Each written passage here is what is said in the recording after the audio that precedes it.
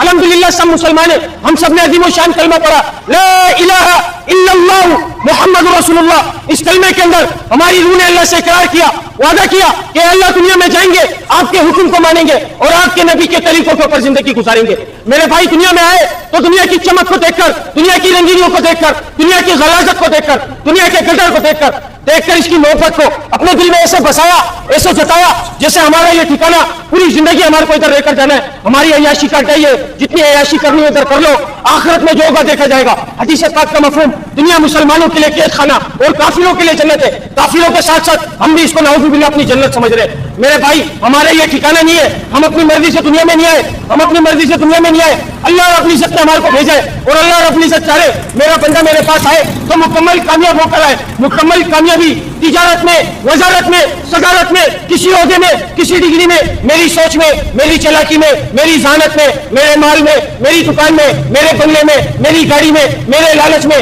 मेरी होशियारी में, किसी चीज में कामयाबी नहीं है। कामयाबी का जो दारोमदार रखा वो हुजूर पाक सल्लल्लाहु अलैहि वसल्लम के मुबारक तरीकों में, मुबारक अमलों में, जो इसके ऊपर जिंदगी गुजारेगा, खुदा की कसम सिर्फ वो शख्स कामयाब होगा जो इससे हटकर जिंदगी गुजारेगा। दुनिया में भी नाकाम, जलील, बर्बाद होगा, आखिरत में भी नाकाम हो जाएगा। कलमा पढ़ने के बाद जो अल्लाह का सबसे बड़ा हुक्म जो नाजिल हुआ, मेरे भाई वो नमाज है। आज मुअज्जिन बुला रहे हैं, हय्या अला सलाह, हय्या अल फलाह, आओ नमाज की तरफ, आओ कामयाबी की तरफ। तुम्हारी कामयाबी नमाज में, तुम्हारी कामयाबी अल्लाह के हुक्म में। मेरे भाई हम अपनी कामयाबी को दफ्तर में, बिस्तर में, मोबाइल में, नाचने गाने में, घूमने फिरने में, गाड़ी में, बंगले में, दौलत में, माल में, नोटों में, हम अपनी कामयाबी को इन चीजों में तलाश कर रहे हैं कि माल होगा तो कामयाबी मिलेगी, माल होगा तो कामयाब होगा। हदीस पाक का मफहूम है, कुरान पाक में अल्लाह ताला ने फरमाया अगर माल में कामयाबी होती ना, जिसका मफहूम है अगर माल में कामयाबी होती, नमरूद, फिरौन, कारून, हमान, शद्दाद, ये वक्त के इतने बड़े बादशाह थे, इनसे ज्यादा माल किसी के पास नहीं था। अगर माल में कामयाबी होती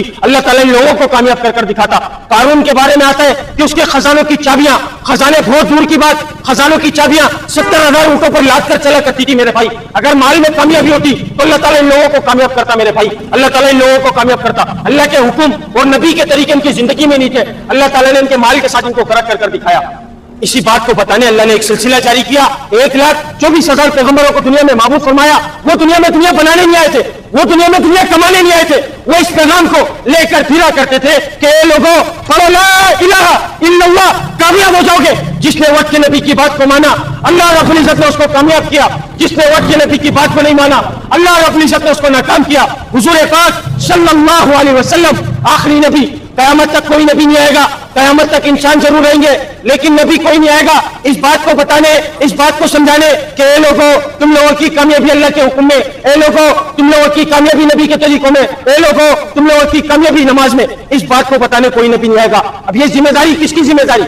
मेरे बाप की जिम्मेदारी या तुम्हारे बापों की जिम्मेदारी या किसी आलिम की जिम्मेदारी या किसी मुफ्ती की जिम्मेदारी? नहीं मेरे भाई, हर वो बंदा इस मेहनत का जिम्मेदार जिसके सीने में ला इलाहा इल्लल्लाह मुहम्मद रसूलुल्लाह, वो इस मेहनत का जिम्मेदार। वो बाप का बेटा होगा लेकिन बाद में होगा, माँ का बेटा होगा लेकिन बाद में होगा, बीवी का शोहर होगा लेकिन बाद में होगा, बच्चों का बाप होगा लेकिन बाद में होगा, बहन का भाई होगा लेकिन बाद में होगा। सबसे पहले वो अल्लाह का बंदा, हुजूर पाक सल्लल्लाहु अलैहि वसल्लम का उम्मती।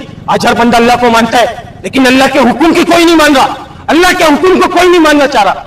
हय्या अला सलाह, हय्या अल फलाह की सदाई पहुंचती है, काम जरूरी, नमाज बाद में पढ़ लूंगा। नाउज़ुबिल्लाह मेरे भाई, आज इतना कमजोर बनकर बैठ गया मुसलमान, आज इतना कमजोर हो गया। नाचना गाना हम लोगों ने आम करा, फाहिशी हम लोगों की वजह से आम हुई, जीना हमारी वजह से आम होता जा रहा है, हमारे पर्दे उतरते जा रहे हैं खिड़की औरतों के। मेरे भाई अल्लाह के हुक्म को नबी के तरीकों से पूरा करने में कामयाबी है। अल्लाह के पास लौट आओ, खुदा की कसम अगर उसने रस्सी को खींचा मुंह दिखाने के काबिल नहीं रहोगे, उससे पहले तैयारी कर लो। मेरे भाई हदीस पाक का मफहूम है कि कामयाब कौन है? कुरान पाक की आयत का मफहूम, कामयाब कौन? कामयाब वो शख्स जो जहन्नुम से बचा लिया गया और जन्नत में दाखिल कर दिया गया। मेरे भाई अपने नशों से बाहर आ जाओ, खुदा की कसम अपने नशों से बाहर आ जाओ। इस खुशी के अंदर अपने आप को मुलविस नहीं करो कि हम नशा नहीं कर रहे, नशा ही नशा कर रहे।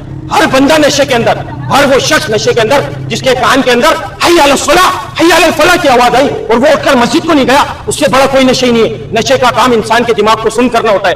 آج ہمارے دنیا کے نشے نے، دنیا کی رنگینیوں نے، دنیا کی چمک نے ہمارے دماغ کو ایسا سن کر دیا، ایسا بس کر دیا کہ حی علی الصلاح حی علی الفلاح کی آواز ہمارے کو سمجھ میں نہیں آ رہی۔ میرے بھائی، کامیابی اللہ کے حکم کو نبی کے طریقوں سے پورے کرنے میں کامیابی ہے، اس کے علاوہ کسی بھی چیز کی دوڑ لگا لو ادھر ہی چھوڑ کر جاؤ گے۔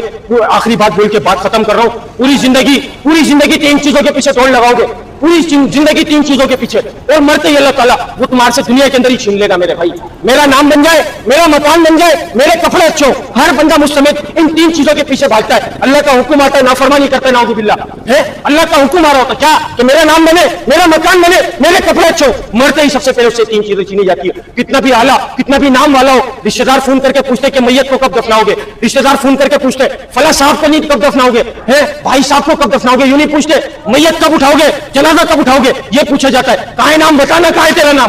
اس کے بعد پوری زندگی اللہ کے حکم کو توڑا، نبی کی سنتوں کو چھوڑا، اور کیا کہ میرا مکان بنے، میرا مکان بنے، اللہ کا حکم آتا رہا، اللہ کے حکم کی نافرمانی کرتا رہا، کیا میرا مکان بن جائے بس۔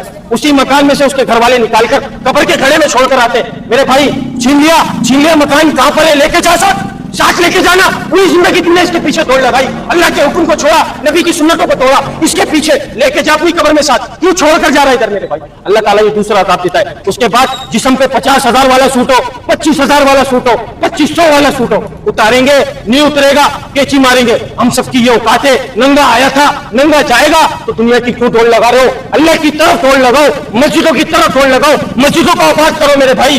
گیم ہوٹلوں کو آباد نہیں کرو، ان کو وقت دو، ضروری دنیا کا کام بھی ضروری، لیکن مقصد صرف اللہ کو راضی کرنے کا مقصد اپنے دل میں رکھو میرے بھائی۔